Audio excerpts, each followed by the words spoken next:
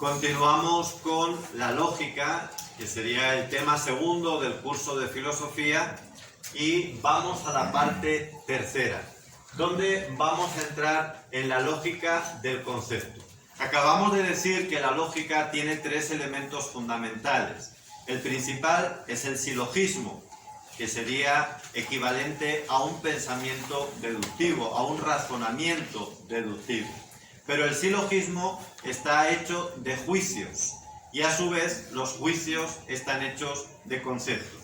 Por eso vamos a empezar por la parte más elemental, más básica y si quieren pequeña, el concepto, para ir a través de este tema segundo de la lógica, ir ascendiendo hasta el silogismo, que es lo que más nos interesa porque es lo específico de la lógica, el enseñarnos a hacer silogismos correctos. Es otra manera de definir la lógica, a enseñarnos a razonar correctamente. Porque decíamos, es una ciencia normativa, práctica y normativa. ¿Cómo debemos pensar correctamente? Bien, empecemos por lo tanto definiendo concepto, y aunque más tarde hablaremos del juicio, pero nos va a ayudar decir una pequeña noción de lo que es el juicio para contrastarlo con lo de concepto, y también lo que es término, que esto sí tiene que ver directamente con concepto. El concepto es el acto con el que la mente, la razón, aprehende, con H, aprehende, H intercalada, no aprende, sino aprehende un tipo de ser, algo que existe, sin afirmar ni negar. Por ejemplo, silla. Yo he aprendido en mi mente ese ser, en mi mente, no es que lo haya agarrado físicamente.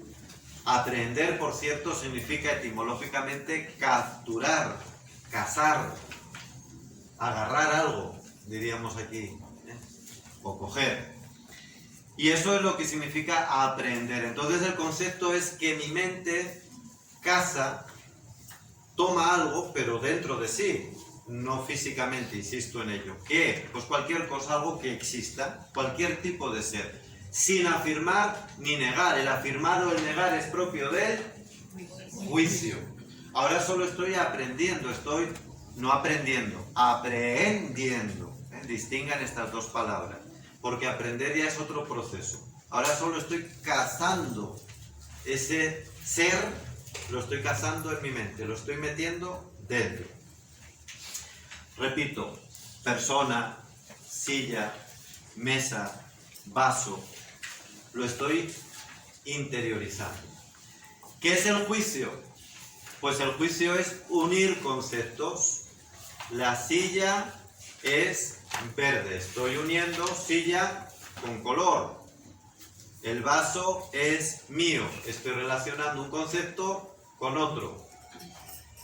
Tú estás ahí, estoy relacionando un concepto con otro. Y eso es un juicio. ¿Ven la diferencia? Concepto solo es aprender un ser en mi mente, aprehender.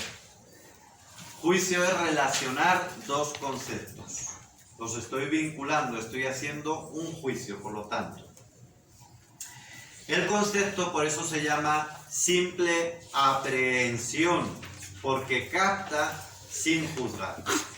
Concepto es una palabra muy bonita, que viene del participio sustantivado del verbo concipere, concebir, como se concibe un niño, y que es derivado a su vez de capere, que es contener o coger.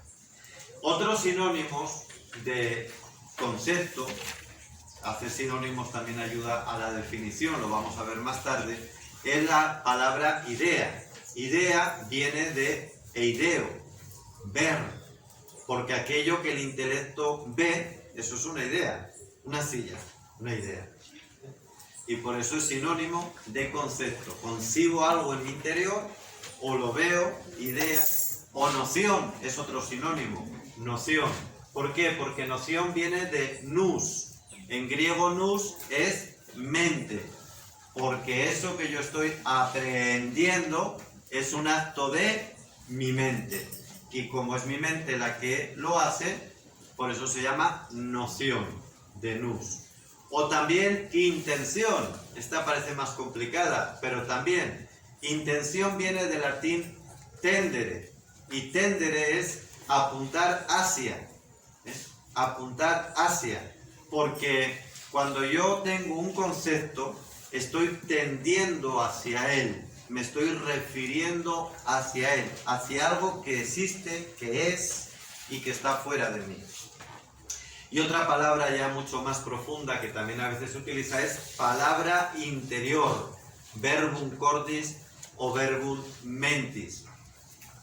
Ya que el concepto que es formado por la mente en su interior, pues es como esa palabra que tenemos en nuestro corazón.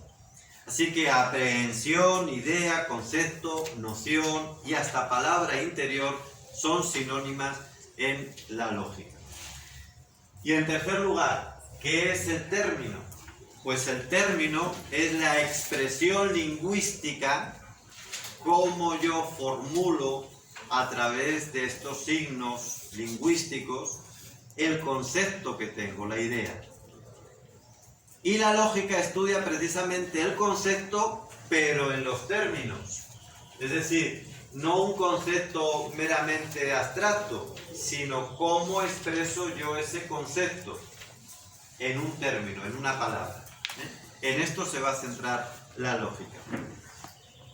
Por eso es importante tener en cuenta esta ciencia, la semiótica o teoría, la teoría del signo, que nos dice que todas las palabras no son más que signos artificiales, porque somos nosotros los que nos hemos puesto de manera artificial de acuerdo en decir que esto se llame silla. En otros lugares se le llama de otra manera, pero nosotros nos hemos puesto de acuerdo en llamar a ese objeto que yo tengo en mi mente, pues nosotros, eso sí que no está en la lógica natural, el nombre, por eso es un signo artificial. Artificial. Y esto es lo que estudia la semiótica. Pero los conceptos no son signos artificiales, son signos naturales. Porque lo que yo veo es algo que está ahí, en la naturaleza. Es un signo natural. Por lo tanto, las palabras, los términos o palabras, término es lo mismo que palabra, significan conceptos. Y los conceptos son signos de las cosas. ¿Qué es un concepto directo y qué es un concepto reflejo? El directo, que también se llama primera intención, es lo que el entendimiento capta de una manera primera, por eso se llama así. Primera intención, silla, ya está, yo he captado silla. Y el concepto reflejo es cuando la mente ya considera algún elemento específico sobre esa silla. Por ejemplo, yo tengo silla, concepto directo, pero luego reflexiono sobre eso y digo, la silla, existe muchas sillas y existe por lo tanto multitud, cantidad de sillas. Y a eso es una segunda intención. La segunda intención, por lo tanto, podríamos decirlo, es el concepto del concepto, porque es hacer una idea sobre la primera idea. Yo primero tengo la idea de silla y luego reflexiono sobre ella o saco otro concepto sobre ella. Evidentemente la lógica científica o la lógica formal, que es la que estamos estudiando aquí, porque la natural pues no es el objeto propio, esta lógica científica estudia las segundas intenciones, estudia el concepto reflejo, porque la lógica formal forma conceptos de los conceptos, está reflexionando sobre ellos, no se queda solo en la aprehensión primera y natural, sino que reflexiona sobre esa primera aprehensión. Por otra parte, también conviene aclarar que toda idea siempre significa algo, ya sea algo que existe realmente, por ejemplo, San Félix, o meramente posible, El Dorado, en el sentido este que tenían, ¿verdad? Pues un territorio de oro, eso es una posibilidad. O también una idea puede ser una negación o una privación. La ceguera, ¿qué es la ceguera? Es la privación de la vista. O incluso un imposible. También hay ideas, conceptos que son imposibles. Por ejemplo, el círculo cuadrado. Se ve pues que el objeto es distinto del acto, que lo entiende o aprende. El acto de entender es real, aunque su objeto a veces sea ficticio o quimérico. Por eso, para distinguirlos, utilizamos esta distinta expresión si son objetos reales, objetos quiméricos. Por último, hablemos de las notas del concepto. Un concepto cualquiera, una idea, lo que hemos llamado hasta la intención, un concepto tiene notas, que es lo que de alguna manera nos ayuda a su comprensión. El conjunto de esas notas es lo que llamamos la extensión. Por ejemplo, si hablamos de un reloj, las notas del reloj serían artefacto, medida y tiempo, porque el reloj es un artefacto para medir el tiempo. Cuanto más sean las notas, y esta es la regla sobre las notas del concepto, cuanto más sean las notas que tengamos, menos son los objetos a los que se aplican. Piensen en esta regla. Claro, si yo digo reloj digital, ya estoy excluyendo muchos tipos de reloj, porque hay reloj de sol, hay reloj de arena, analógico, etcétera, etcétera. Entonces, cuantas más notas tenga, menos objetos entran dentro de eso. Y al revés, cuanto menos notas tenga, reloj que marca las horas. Pues desde luego ahí caben todo tipo de reloj. Esta es la regla que parece un poquito llamativa, pero es así, ¿no? La extensión está en proporción inversa a la comprensión. A más comprensión del objeto o de la idea, menos extensión de ese objeto.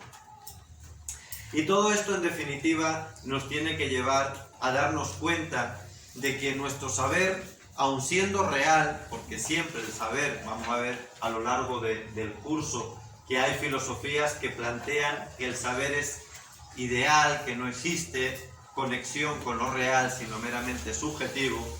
Nosotros afirmamos desde ahora ya que el conocimiento y el saber es real, pero todo esto nos va llevando a una conclusión, que aunque sea real, es siempre limitado.